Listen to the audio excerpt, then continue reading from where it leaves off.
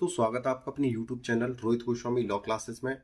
और आज मैं आपको कराने वाला हूं LLB सेकेंड ईयर। सेम है आपका फोर्थ, एक्ट है आपका आर्बिट्रेशन लॉ, कोड है आपका 4007 और क्वेश्चन नंबर है आपका 11। क्वेश्चन वाइज ये आपका यानी क्वेश्चन की वीडियो वाइज आपका 11 है। और ये जो अति लघु इसमें जो क्वेश्चन मैं करा रहा हूं 6 से लेके 22 तक हैं, ठीक है।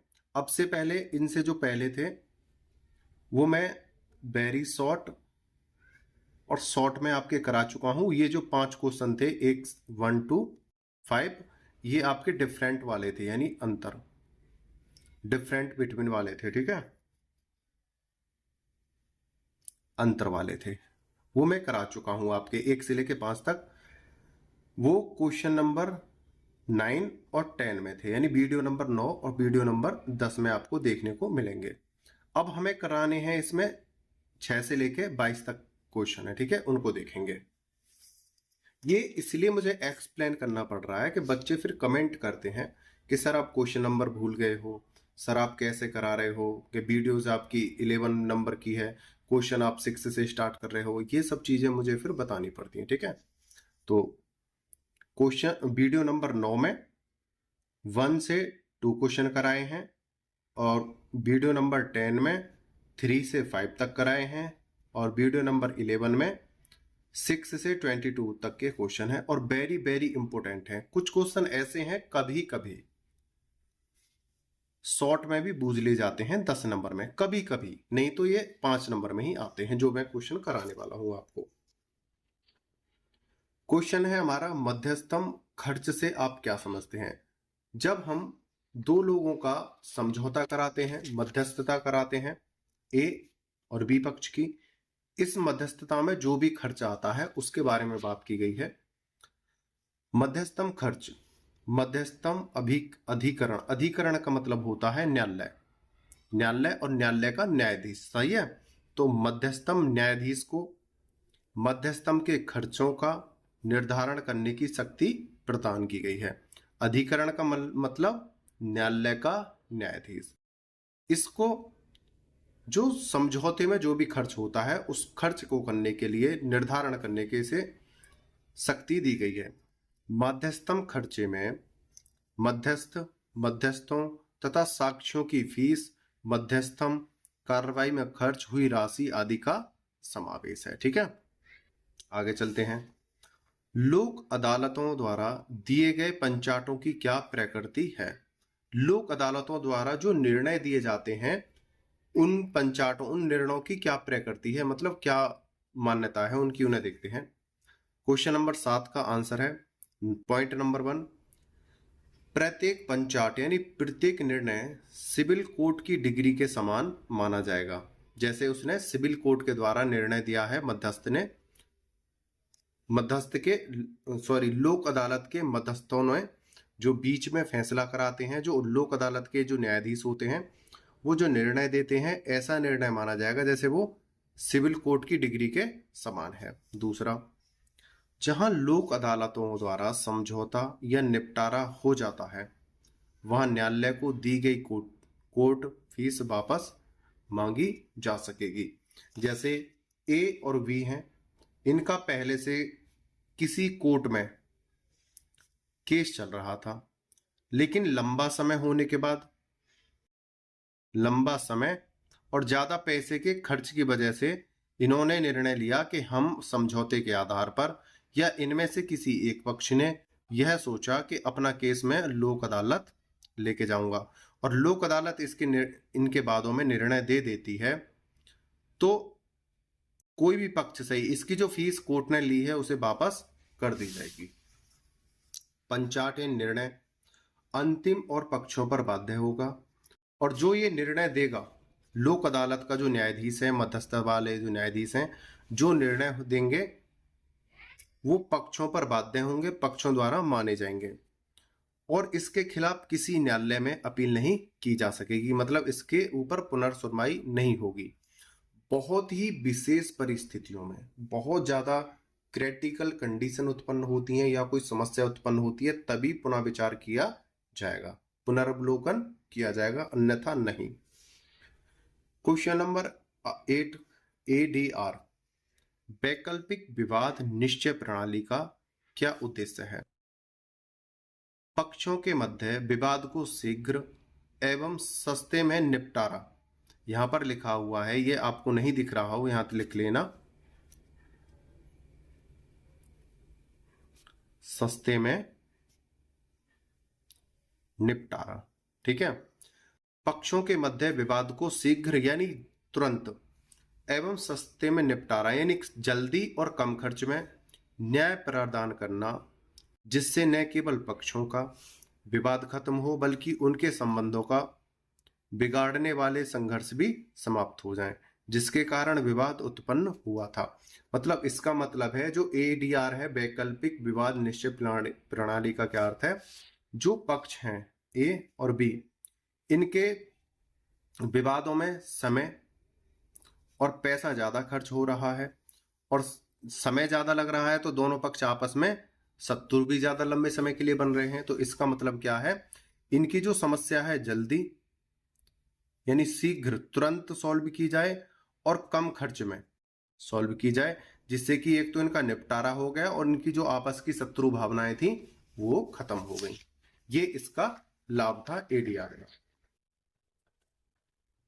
क्वेश्चन नंबर 9 एक पंचाट के आवश्यक तत्व क्या हैं? एक निर्णय के आवश्यक तत्व क्या हैं?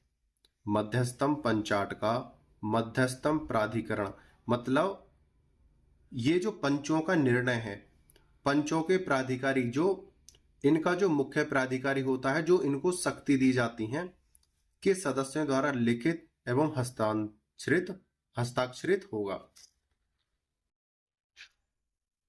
A और B, इनके कोई केस हैं, ये तो आप पढ़ते ही आ रहे हो, शुरू से केस हैं।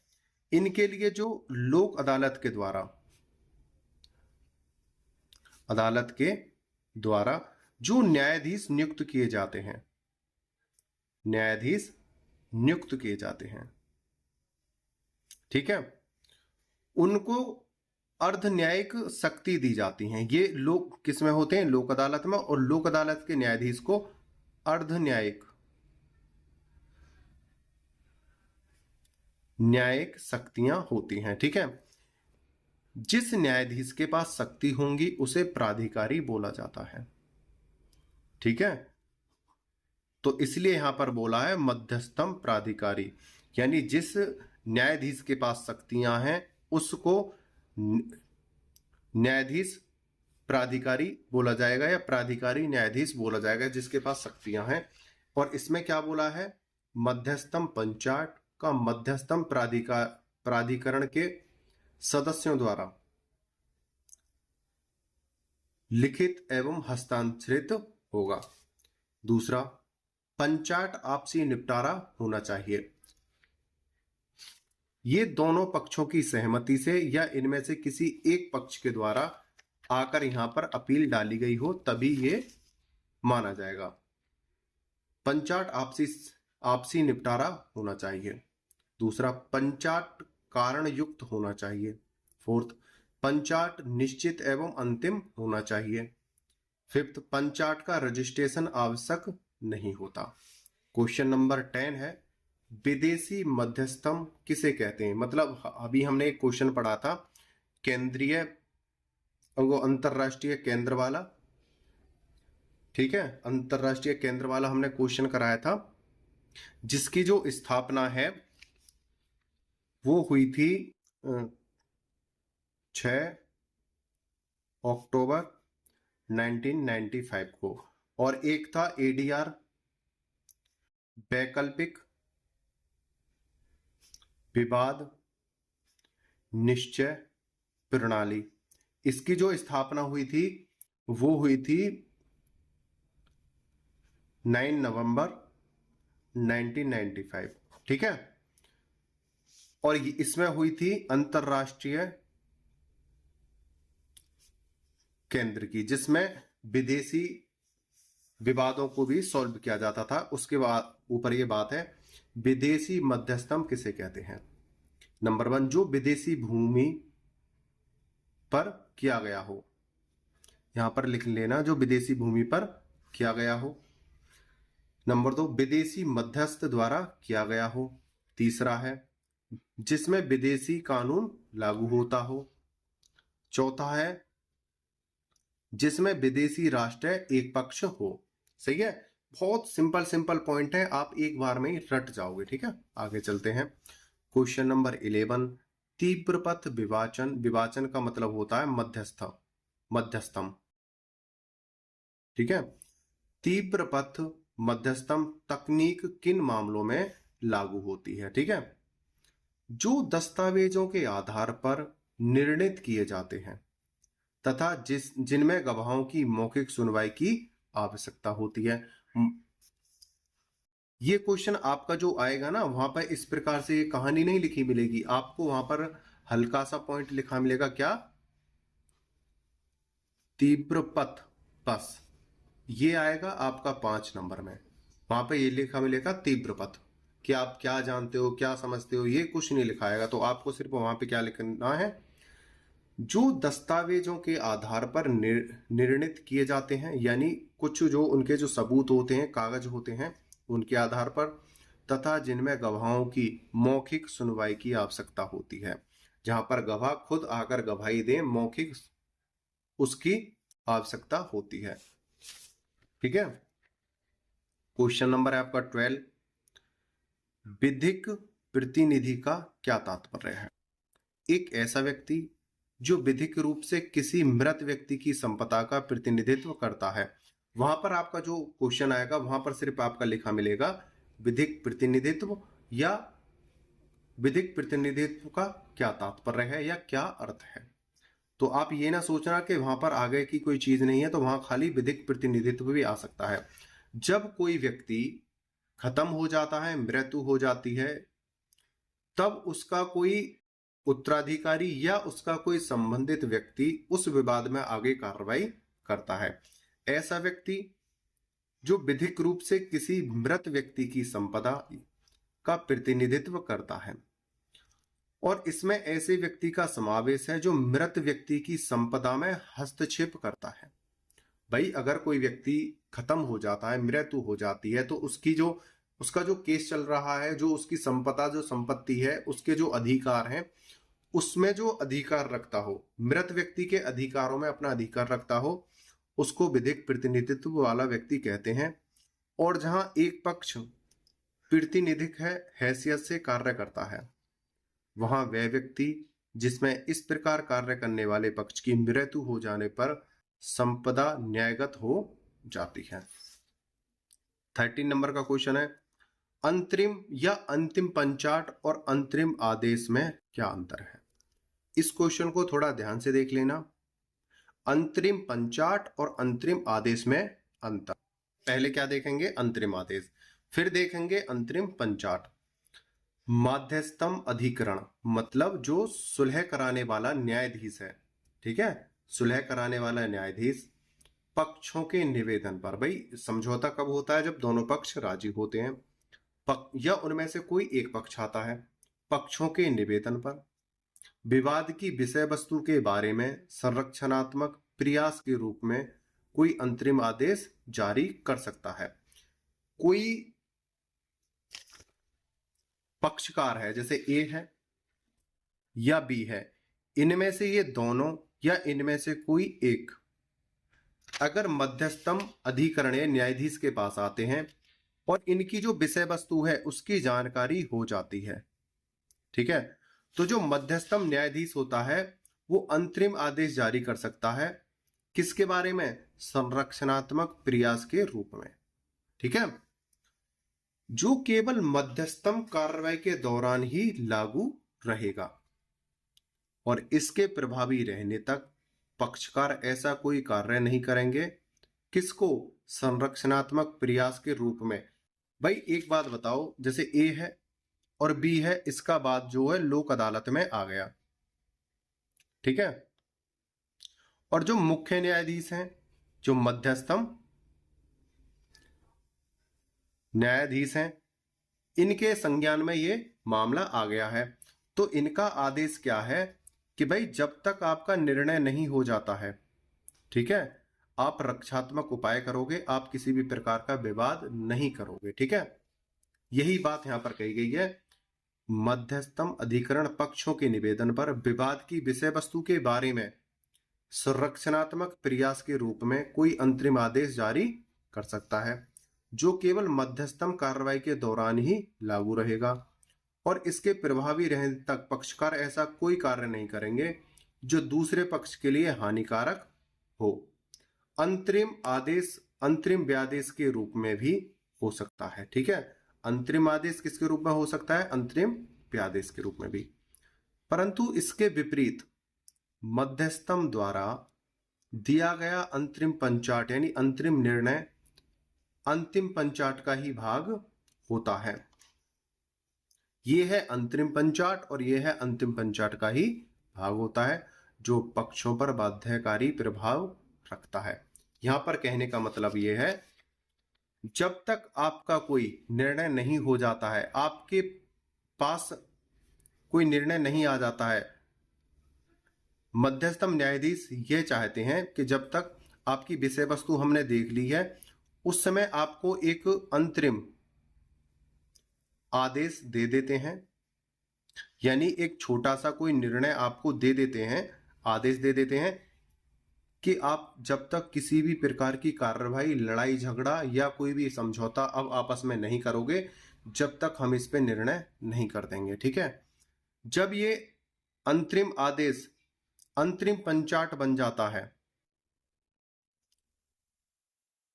अंतरिम या अंतिम,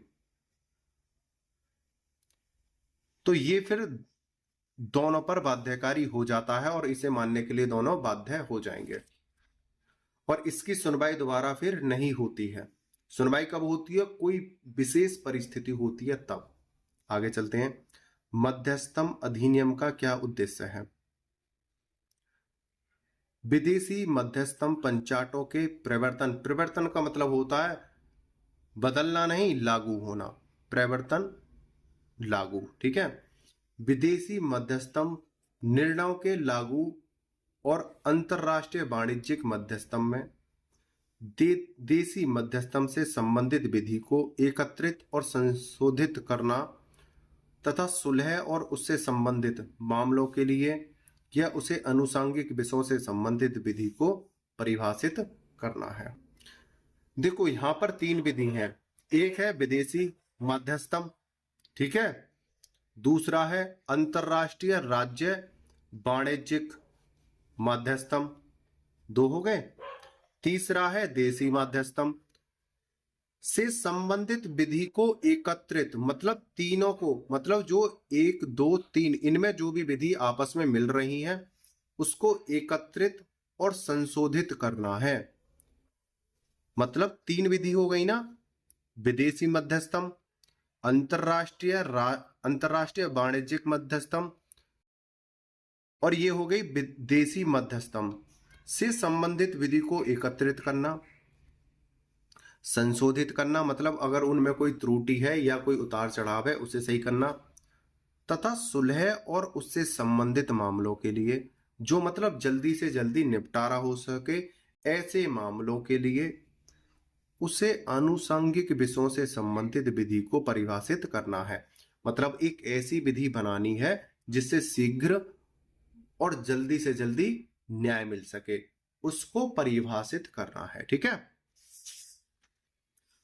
ये जो क्वेश्चन है क्वेश्चन नंबर 15, ये आपका जो है 5 नंबर में तो आता ही आता है, कभी कभी ये 10 नंबर में भी आ जाता है। तो आप ध्यान रखना, ये मत भूलना कि 5 में कराया था 10 में आ गया, तो इसे हम 10 में भी लिख देंगे। हमारा फर्क ये नहीं पड़ता है कि हमने कितने पेज का किया है, मैटर ये करता है कि हमसे जो एग्जामिनर पूछ रहा है हमने उसी के बारे में लिखा है, सही है या गलत है। बच्चे जो तूल पकड़ते हैं कि मैंने 28 पेज किए हैं, मैंने 30 पेज भरे हैं, मैंने 25 पेज भरे हैं, अरे पेजों को मारो भाई गोली। 18 पेज का करके आओ, 16 पेज का करके आओ, लेकिन सटीक करके आओ। 28-30 पेज वाले को आप पीछे छोड़ दोगे, ध्यान रखना इस बात को। पंचाट अपास्त होने का क्या प्रभाव होता है? पहले पंचाट अपास्त को थोड़ा समझ लेते हैं, अगर हमने इसे नहीं समझा तो फिर आगे हमारी चीज समझ में नहीं आएंगी। पंचाट का मतलब होता है निर्णय या कोई डिक्री या कोई जजमेंट, ठीक है। अपास्त का मतलब होता है खारिज होना या नहीं मानना या पुनः सुनवाई के लिए जाना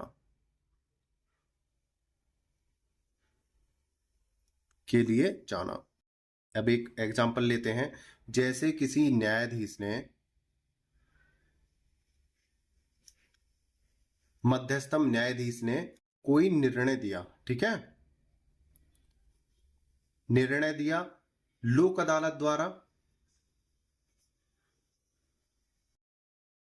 द्वारा। तो हमने क्या पढ़ा है अब तक, जो लोक अदालत के न्यायाधीश द्वारा निर्णय होगा वो क्या होगा, अंतिम माना जाएगा, ठीक है, और वो ही बाध्यकारी होगा। लेकिन किन्हीं विशेष परिस्थितियों में, कुछ विशेष परिस्थिति ऐसी होती हैं जब इनके अंतिम निर्णय को अंतिम जो माना गया है उसे अपास्त करते हैं, मतलब उसे नहीं मानते और कहते हैं कि हमें दोबारा से इसमें सुनवाई करानी है, इसे दोबारा से आप पुनर्वलोकन, मतलब एक बार पुनः इसकी जांच करो। ज्यादा ही कोई संगीन मामला होता है, कोई केस होता है तब, तो उसमें कहा जाता है कि इस केस को दोबारा देखो। दूसरी बात, कुछ निर्णय ऐसे होते हैं कि भाई पॉइंटों में दिए जाते हैं, जैसे 50% सही है और 50% गलत है, आधा सही है आधा गलत है। तो जो सही है वो तो बाध्यकारी रहेगा, लेकिन जो 50% गलत है उसको दोबारा से सुना जाएगा, ठीक है। आगे चलते हैं, अब तुम्हारे समझ में आ जाएगा एक बार में। मध्यस्थम अधिनियम 1996 की धारा 36 के अनुसार यदि किसी कारण पंचाट अपास्त हो जाता है, यानी जो निर्णय है वो थोड़ा सा गलत हो जाता है, तो इसके परिणाम स्वरूप पक्षकारों के अधिकार अपनी पूर्ववत स्थिति में आ जाएंगे। मतलब जो अधिकार हैं जो उन्हें पहले मांगने थे, जैसे A+B, जो पक्षकार हैं, इनके जो पहले अधिकार थे, जिस मांग को लेकर ये पहले खड़े थे, ये पुनः उसी मांग को लेकर फिर खड़े हो जाएंगे। पक्षकारों के अधिकार अपनी पूर्ववत स्थिति में आ जाएंगे क्योंकि पंचाट बंधनकारी प्रभाव नष्ट हो जाएगा। परंतु यदि किसी पंचाट का केवल कुछ भाग ही अपास्त किया गया है, तो ऐसी दशा में, मतलब कुछ हिस्सा गलत है, तो ऐसी दशा में उसका शेष बचा हुआ भाग अंतिम होगा तथा पक्षकारों का बंधनकारी प्रभाव रखेगा और उसे न्यायालय की डिग्री या निर्णय की भांति निष्पादित कराया जा सकेगा। मतलब आधे को बाध्यकारी रखा जाएगा पक्षकारों पर, लेकिन आधे पे दोबारा से सुनवाई हो जाएगी, ठीक है, अपास्त माना जाएगा, बेकार माना जाएगा। और आगे चलते हैं, विदेशी पंचाट कब बाध्यकारी होगा।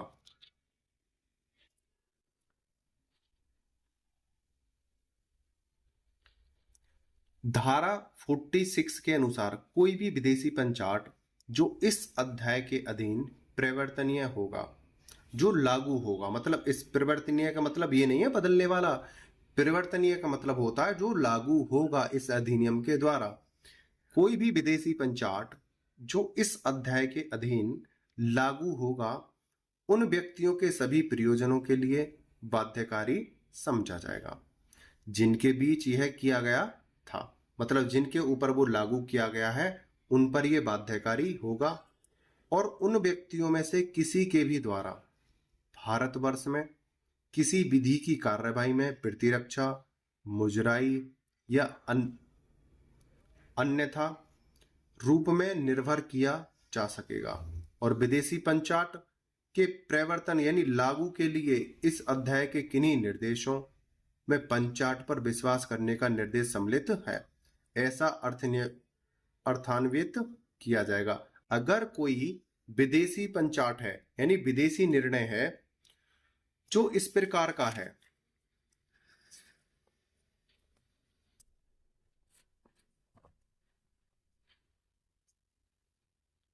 कोई विदेशी निर्णय है, वो इस प्रकृति का है कि जो विदेशी विधि जो है उसके द्वारा क्या है, परिवर्तनीय है। यह हमारी भारतीय विधि के द्वारा परिवर्तनीय है। मतलब भारतीय विधि उस जो विदेश में जो निर्णय दिया गया है उसको भारत में भी लागू करना चाहती है। तो जो भारत के नागरिक हैं, जो हैं, रह रहे हैं, या यहां पर कोई विदेशी नागरिक है, उस सभी के ऊपर यह बाध्य होगा। दूसरी बात, यहां पर बात की गई है मुजराई, ठीक है, और दूसरा है प्रतिरक्षा। इसमें प्रतिरक्षा और मुजराई यानी किसी भी प्रकार की कोई कटौती नहीं होगी, है, ठीक है। आगे चलते हैं, दोबारा समझ लो। कोई भी विदेशी पंचाट जो इस अध्याय के अधीन धारा 46 के अनुसार अधीन परिवर्तनीय होगा, उन व्यक्तियों के सभी प्रयोजनों के लिए बाध्यकारी समझा जाएगा जिनके बीच यह किया गया था। भाई, जिन पक्षों के बीच में इस पंचाट के द्वारा, इस निर्णय के द्वारा निर्णय हुआ है अंतिम, उन पर यह बाध्यकारी होगा। और उन व्यक्तियों में से किसी के भी द्वारा भारतवर्ष में किसी विधि की कार्रवाई में प्रतिरक्षा, मुजराई या अन्यथा रूप में निर्भर किया जा सकेगा। और विदेशी निर्णय के प्रवर्तन यानी लागू के लिए इस अध्याय के किन्हीं निर्देशों में निर्णय पर विश्वास करने का निर्देश सम्मिलित है। और जो विदेशी निर्णय है उस पर विश्वास किया जाएगा, ठीक है। आगे चलते हैं, यहां पर है पंचाट का पुनरावलोकन से आप क्या समझते हैं। क्वेश्चन नंबर है हमारा 17, पंचाट का पुनरावलोकन से आप क्या समझते हैं। देखो, पंचाट का पुनरावलोकन पहले थोड़ा एक्सप्लेन कर देता हूं। पंचाट का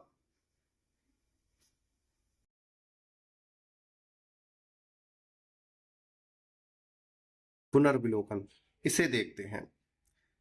अभी हम जानेंगे पहले पंचाट को। पंचाट का मतलब होता है निर्णय, और पुनर्विलोकन होता है पुनः सुनवाई।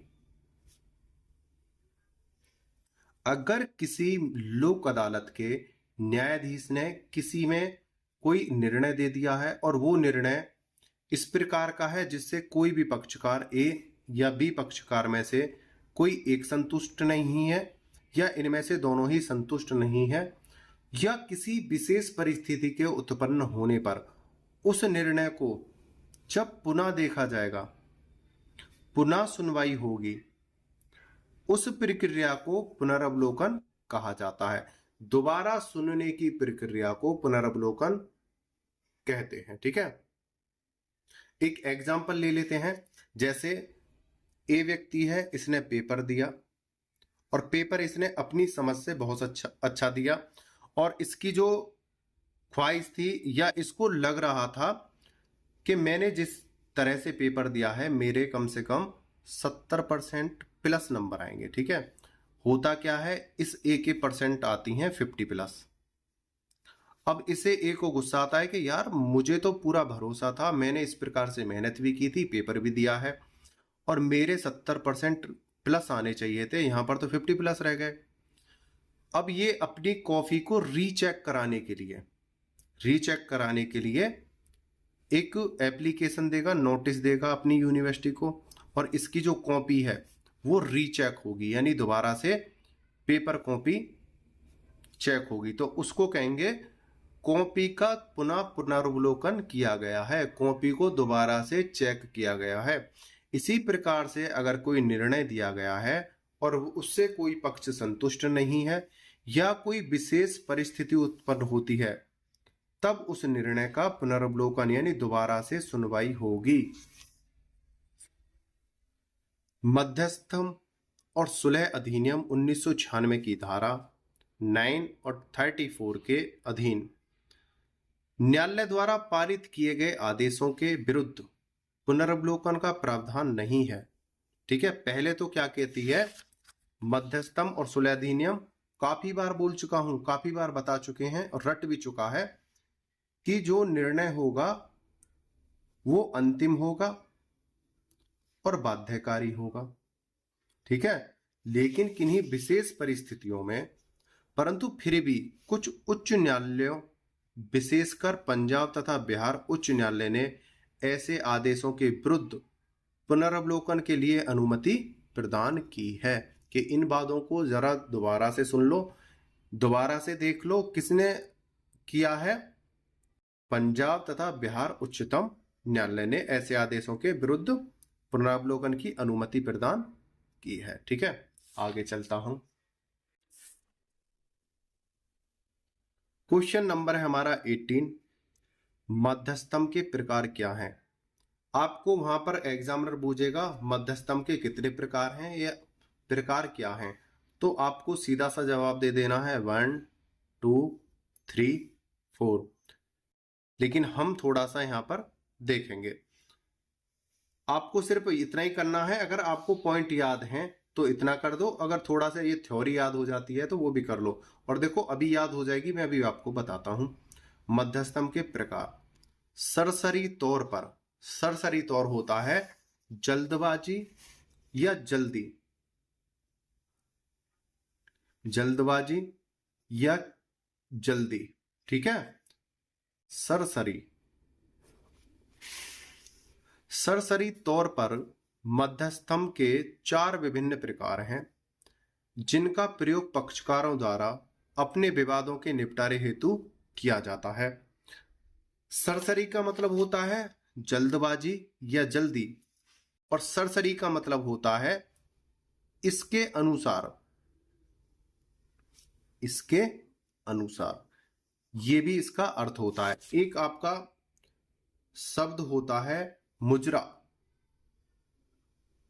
ठीक है, अब मुजरे का अर्थ होता है नाच गाना। ठीक है, और एक मुजरे का अर्थ होता है जैसे हमारे ऊपर किसी का 10 रुपया कर्ज है। ठीक है, जैसे ए है, ए से हमने 10 रुपए ले रखे हैं और हमें है बी पक्ष, हमारे उस पे 20 रुपए आ रहे हैं। अब ये ए से तो लिए हमने 10 रुपए और हम हैं बी पक्ष, हमारे उस पे आ रहे हैं पहले से 20 रुपए। अब ये अपने 10 रुपए मांगने हमसे आ गया कि भाई मैंने तुम्हें 10 रुपए दिए थे, उनको दे दो, लेकिन हमारे 20 रुपयों को ये भूल रहा है। ठीक है, तो हम इससे बोलेंगे भाई हमारे भी तो आप पर 20 रुपए पहले से आ रहे हैं। ये बोलेगा हाँ यार मुझे याद आ गई। तो अब आप क्या बोलोगे कि 10 रुपए तो तुम्हारे कट गए जो हमारे पास थे, 10 रुपए उल्टे और हमें दे जाना, तुम मांगने आए थे हमें दे और जाना। तो इस प्रकार से कहते हैं मुजरा यानी कटौती। इसमें काफी एग्जाम्पल हो सकते हैं। इसी प्रकार से यहां पर सरसरी जो है जल्दबाजी, जल्दी या इसके अनुसार। ठीक है, सरसरी तौर पर मध्यस्थम के 4 विभिन्न प्रकार हैं जिनके प्रयोग पक्षकार द्वारा अपने विवादों के निपटारे हेतु किया जाता है। नंबर 1 तदर्थ मध्यस्थम, संविदात्मक मध्यस्थम, संस्थागत मध्यस्थम, सांवैधिक मध्यस्थम, ये 4 होते हैं। ठीक है, आपको सिर्फ ये 4 पॉइंट लिखने हैं, ये तो मैंने यहां पर समझाने की वजह से ऐड कर दिया है। एग्जामिनर पूछे बस 4 पॉइंट लिख के आ जाना, खत्म। क्वेश्चन नंबर 19, मध्यस्थम कार्यवाहियों का प्रारंभ कब से होता है।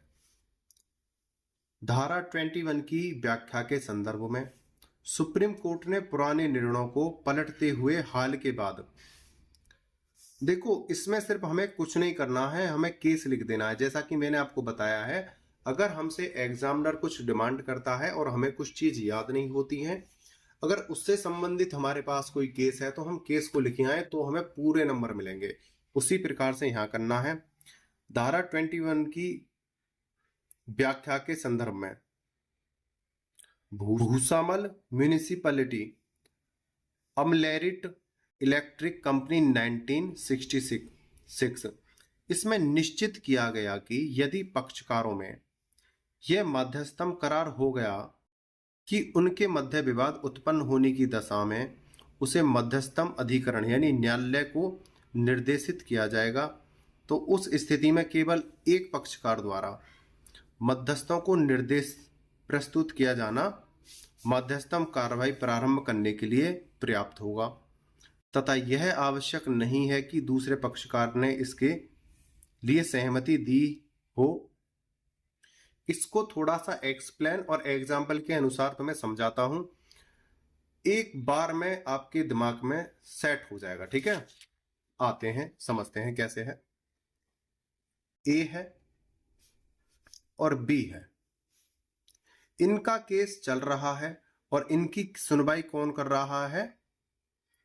मध्यस्थम अधिकरण, यानी अधिकरण का मतलब होता है न्यायाधीश। ठीक है, इनके द्वारा केस चल रहा है। इसमें क्या होता है कि या तो दोनों पक्ष सहमति से यहां पर अपना केस सॉल्व करने के लिए आए हो, या इनमें से कोई एक पक्ष यहां पर केस सॉल्व करने के लिए आया हो। तो यहां पर बात कही है मध्यस्थम करार। भाई करार तो दोनों पक्षों द्वारा होगा, तो यहां पर दोनों ही पक्ष आए होंगे, ये लोक अदालत हो सकती है।